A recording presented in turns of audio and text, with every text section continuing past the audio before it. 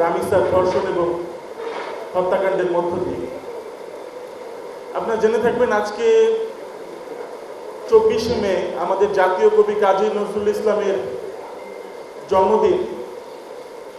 তো ওনার একটা লাইন আপনাদেরকে মনে করিয়ে দিতে চাই, যেটা আমরা সবসময় বলে থাকি বিভিন্ন সভায়, বিভিন্ন সেমিনারে, যে বিশ্বে যা কিছু মহান সৃষ্টি চিরকল্যাণকর, অর্ধেক তার করিয়াছে নারী, অর্ধেক তার নর।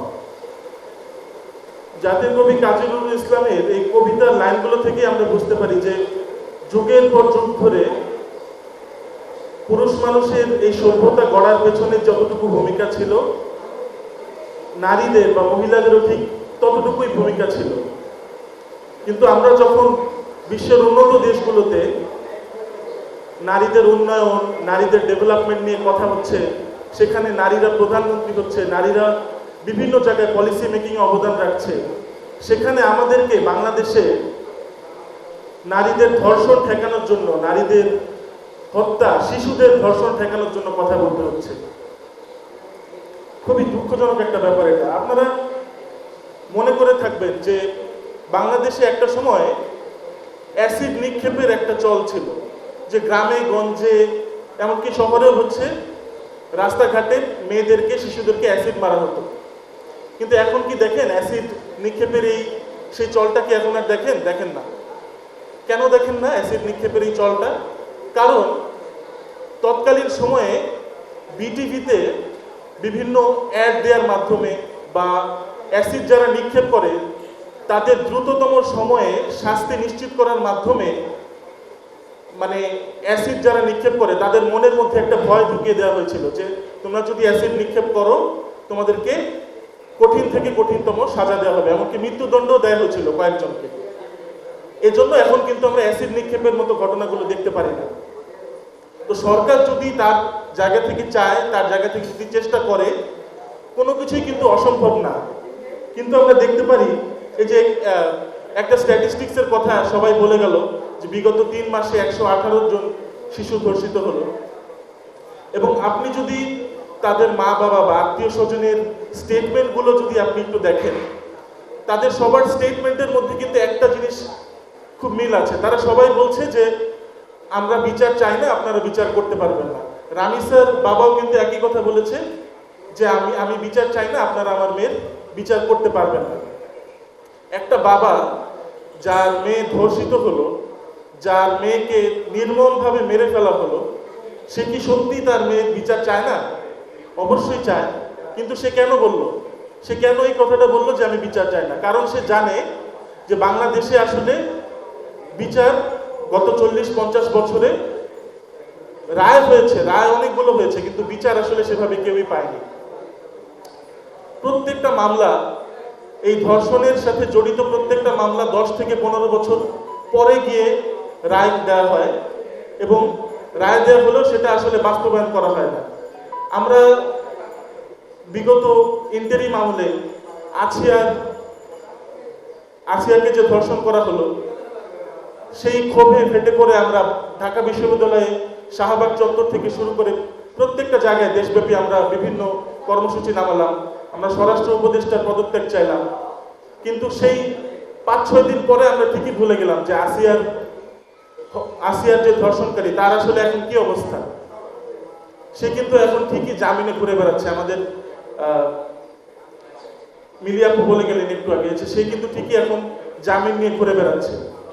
তো এই বিষয়গুলো খুবই দুঃখজনক যে আমরা 5-6 দিন পরপরই আসলে আমরা কিছুদিন পরপরই আসলে আমরা একই বিষয়ে রাস্তায় নামতে হচ্ছে, এবং সেই জিনিসগুলোর আসলে বাস্তবিক প্রয়োগ বা বাস্তবিক বিচার আসলে আমরা দেখতে পাচ্ছি না। আমরা দেখলাম যে 2 দিন আগে জনাব তারেক রহমান আমাদের প্রধানমন্ত্রী এবং সালাউদ্দিন আহমেদ সাহেব হচ্ছে রামিসার বাসায় গেলেন। রামিসার বাবার কাছে গিয়ে উনি বললেন যে আমরা 1 মাসের মধ্যে রামিসার হত্যাকারীকে আমরা বিচারের আওতায় আনব। তিনি একই সাথে আবার রামিসার বোনেরও দায়িত্ব নিলেন।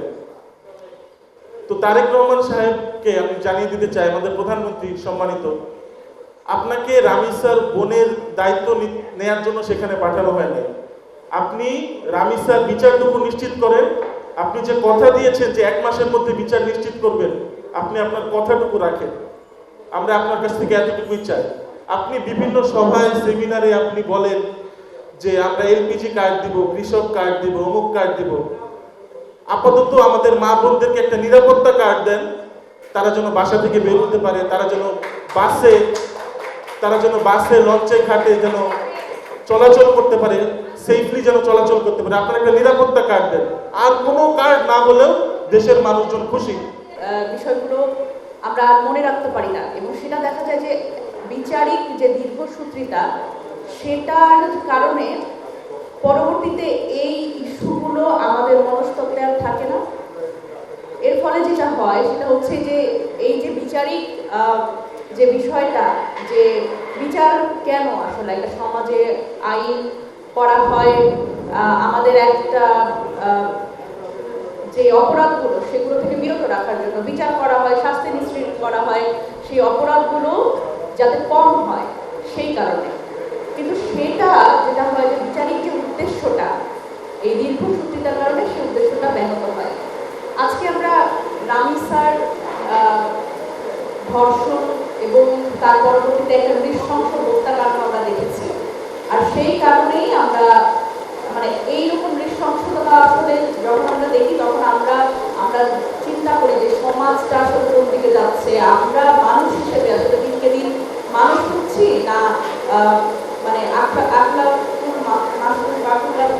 মানে নিজেরা কি আখলাক হইতে পারছি না, নিজেদের নিরাপত্তা নিশ্চিত করতে পারছি না, অন্য যারা প্রাণী আছে তাদের নিরাপত্তা নিশ্চিত করতে পারছি, আমরা কিছুই করতে পারছি না।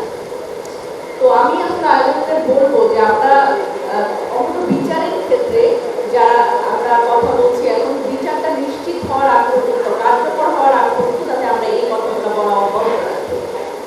এখন বিষয়টা হচ্ছে যে আসলেই যেইভাবে করে বিচার প্রক্রিয়া চলছে সেভাবে করে আমাদের আসলে এই রামিসার হত্যাকাণ্ডের বিচার কার্যকর হওয়ার জন্য কতদিন অপেক্ষা করতে হবে?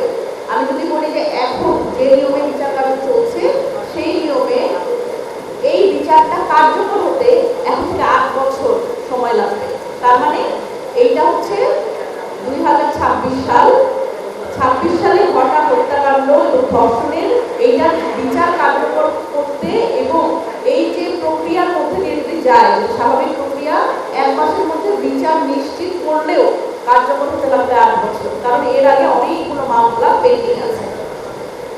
এখন আমরা প্রধানমন্ত্রীর কাছ থেকে শুনলাম তারা 1 মাসের মধ্যে এইটার যেটা বিচার সেটা নিশ্চিত করবে। আমরা কিন্তু এর আগে দেখেছি অন্তর্বর্তীকালীন সরকারের সময় ফরিদা আপারা ছিলেন, তখন কিন্তু এই নারী ও শিশু নির্যাতন দমন যে দ্রুত বিচার ট্রাইব্যুনালের মাধ্যমে যখন করা হয়েছে 30 দিনের মধ্যে কিন্তু আসিয়ার বিচারটা নিশ্চিত করা গেছে। কিন্তু কার্যকর কি হয়েছে? কার্যকর তো হয় নাই। তার মানে আমরা এখন পর্যন্ত বলতে পারবো না যে ধর্ষণের যে শাস্তি, যে ধর্ষণ এবং ধর্ষণের পরবর্তী সময় হত্যাকাণ্ড, এটার যে শাস্তি মৃত্যুদণ্ড, সেটা একটাও কার্যকর হবার দৃষ্টান্ত আমাদের সামনে নাই। সুতরাং এই যে বারবার করে আমরা আসলে এই বিচার নিশ্চিত করা এটার মধ্যে একটা চালাকি আছে। বিচার নিশ্চিত মানে কিন্তু মৃত্যুদণ্ড কার্যকর না, আর মৃত্যুদণ্ড যতক্ষণ না কার্যকর হবে, মানে বিচারটা যতক্ষণ না পর্যন্ত নিশ্চিত হবে কার্যকর ভাবে, এটা কোনো দৃষ্টান্ত স্থাপন করা যায় না।